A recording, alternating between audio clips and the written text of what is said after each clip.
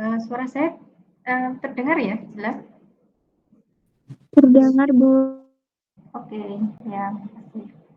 Ya, baik. Tadinya saya berencana paginya mau offline di kelas, tapi terus saya lihat materinya kayaknya ternyata videonya cukup panjang. Jadi saya menemukan beberapa video yang berkaitan dengan tema terkait ekspresi protein sama isolasinya ya. Jadi nanti tugas teman-teman hari ini adalah nonton videonya. Karena kalau kemarin kan sudah belajar teorinya ya, teori tentang cloning tapi menggunakan PCR. Nah, memang PCR ini, jadi PCR ini kan alat yang sangat powerful ya, bisa digunakan untuk macam-macam gitulah ceritanya. Nah, bisa juga PCR ini digunakan untuk ketika kita akan melakukan cloning. Kuncinya kalau nanti kita pakai PCR itu sebenarnya di primernya. Teman-teman mungkin masih ingat kalau PCR itu kan dia tugasnya menggandakan rantai DNA ya. Jadi kalau kita punya template, kemudian kita mau membuat cloning itu kan artinya kita membuat untean DNA yang baru gitu ya gampangnya. Maka kuncinya adalah pada desain primernya. Desain primernya, jadi kita membuat primer yang sesuai untuk dilakukan cloning tersebut. Jadi nanti tergantung kita mau melakukan cloningnya seperti apa gitu. Misalnya kita mau membuat mutasi, ya. Mau membuat mutan, sorry. Kita mau melakukan mutasi, kita mau membuat mutan, maka primernya adalah primer dari mutan yang menjadi target kita tersebut. Nah, nanti kan akan terjadi amplifikasi. Amplifikasi itu artinya untai DNA-nya itu kan tambah banyak ya. Kalau dari sudut pandang kimia, artinya konsentrasi DNA-nya itu menjadi semakin tinggi. Nah, kalau konsentrasinya sudah tinggi, maka baru bisa kita manfaatkan untuk tahapan selanjutnya. Ya, apakah nanti misalnya untuk elektroforesis, pemisahan menggunakan patch ya, poliakrilamid gel elektroforesis atau yang elektroforesis agarus. Karena kalau DNA-nya itu konsentrasinya terlalu kecil, biasanya nanti tidak akan tampak atau tidak muncul. Itu. Kemudian setelah itu, setelah cloningnya ini berhasil, ya ini kan masih di level DNA ya. Nah, nanti harus diproduksi ya supaya terekspresi, ekspresinya itu kan dalam bentuk protein. Nah, untuk menghasilkan protein ini maka harus diekspresikan atau dititipkan lah DNA-nya itu dititipkan dulu ke bakteri. Biasanya kita pakai E. coli ya. Untuk nanti E. coli-nya ini diminta memproduksi protein yang menjadi target kita. Gitu. Nah, caranya bagaimana? Caranya salah satunya nanti DNA-nya itu dititipkan dulu, jadi DNA yang sudah sesuai dengan yang kita inginkan gitu ya, yang mengkode protein tertentu sesuai target kita, itu masukkan dulu ke dalam E. coli melalui proses yang namanya transformasi. Nanti di video yang saya berikan nanti, di link-link itu, nanti teman-teman akan melihat transformasi itu sebenarnya seperti apa sih gitu ya. Kalau dulu pernah kita singgung di bioteknologi ada beberapa macam strategi untuk transformasi. Salah satunya itu bisa menggunakan heat shock. Jadi jangan membayangkan, ya kalau diterjemahkan itu kejut panas ya, tapi nggak usah diterjemahkan, kita pakai saja heat shock gitu ya. Sebenarnya sederhana sih heat shock itu, jadi cuma memindahkan dari, tadinya dia dimasukkan ke dalam es, kemudian pindahkan ke dalam water bath, suhunya sekitar 42 derajat. Ya menurut kita sih hangat ya, tapi kalau bagi bakteri itu sudah suhunya cukup tinggi gitu. Sehingga nanti diharapkan ketika pada suhu tersebut DNA-nya itu bisa masuk ke dalam sel E. coli yang sudah kompeten. Gitu. Memang disebutnya sel kompeten ya, saya pernah menjelaskan di kelas biotek kayaknya yang dimaksud dengan sel kompeten ya. Nah, kalau sudah seperti itu, baru kemudian nanti dilakukan seleksi ya, seleksi mana yang membawa klon sesuai target kita, kemudian nanti ditumbuhkan di agar dulu. Kalau agar itu kan berarti medianya yang padat ya. Nah, itu biar tumbuh dulu. Setelah itu untuk produksi biasanya digunakan media cair. Nah, jadi untuk produksi biasanya digunakan media cair. Media padatnya untuk apa? Untuk stok biasanya. Ya.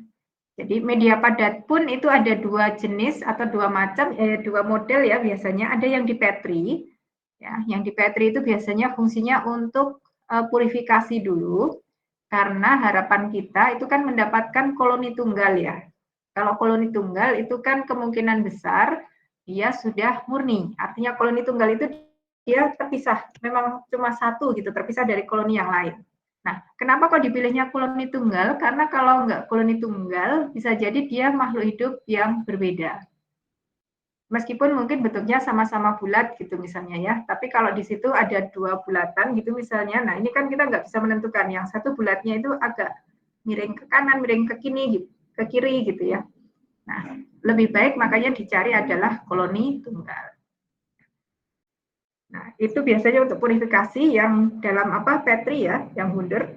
Kemudian kalau yang di agar miring, yang teman-teman mungkin pernah lihat pakai tabung reaksi, kemudian tabung reaksinya diberi agar, nanti digores gitu di agarnya itu. Nah, itu biasanya untuk stok ya, jadi untuk disimpan. Ya. Biasanya stok ini dibuatnya juga nggak cuma satu, jadi beberapa gitu ya. Yang lain disimpan di minus 4 atau minus kalau biar awet sih di minus 80 ya. Tapi kalau nggak ada ya di minus 4 sudah lumayan lah, lumayan cukup, atau minus 20 gitu, oke. Disimpan di situ, kemudian nanti sewaktu-waktu dibutuhkan baru dipakai. Jadi yang kalau teman-teman nanti bekerja dengan bioteknologi gitu ya, jangan lupa kalau bekerja dengan bakteri ya terutama, itu tetap gunakan atau sisihkan ada stok yang disimpan di dalam refrigerator, di dalam kulkas. Jadi jangan semua digunakan. Ya. Kenapa? Karena namanya makhluk hidup, ya teman-teman pasti sangat paham lah. Dia rentan dengan kontaminasi ya. Jadi kita harus punya stok supaya kalau ada satu tabung yang kita gunakan untuk working solution gitu ya, untuk bekerja memang itu kontaminasi, kontam misalnya ya, kita masih punya stok yang ada di kulkas yang bisa digunakan lagi gitu. Jadi harus selalu ya samalah kayak kita punya tabungan gitu, tapi kalau ini tabungannya tabungan bakteri.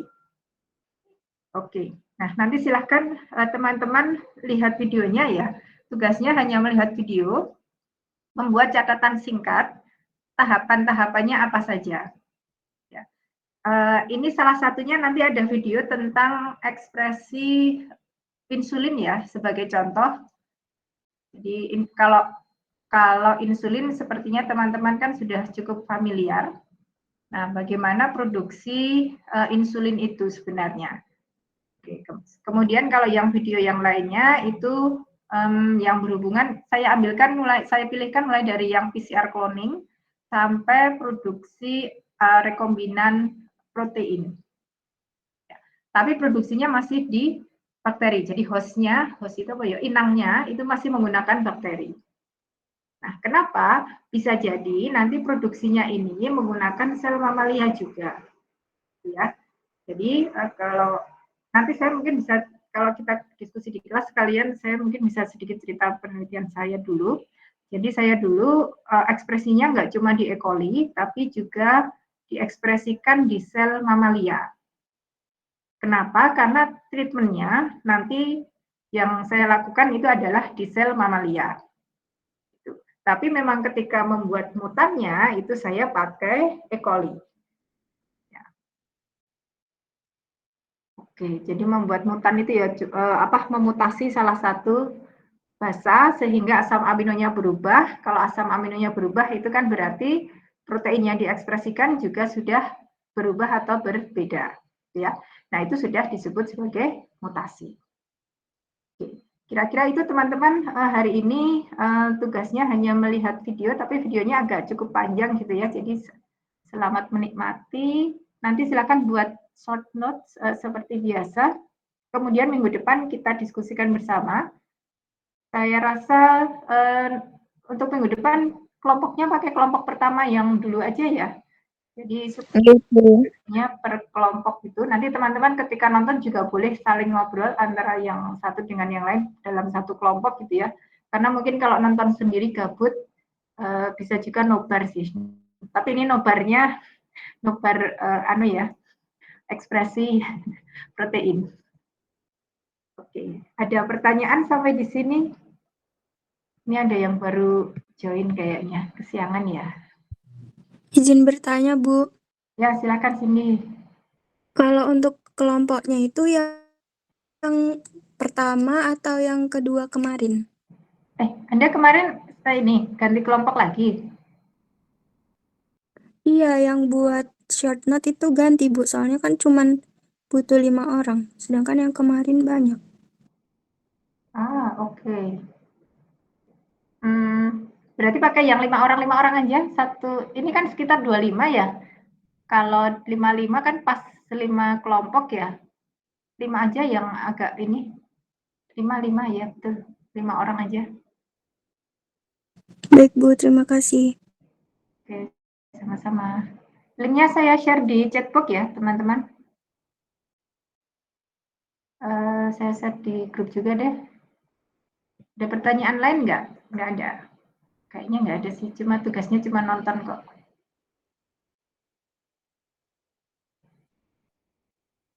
Kalau ada yang, jadi ketika membuat catatan, teman-teman juga boleh membuat catatan juga kalau ada bagian-bagian yang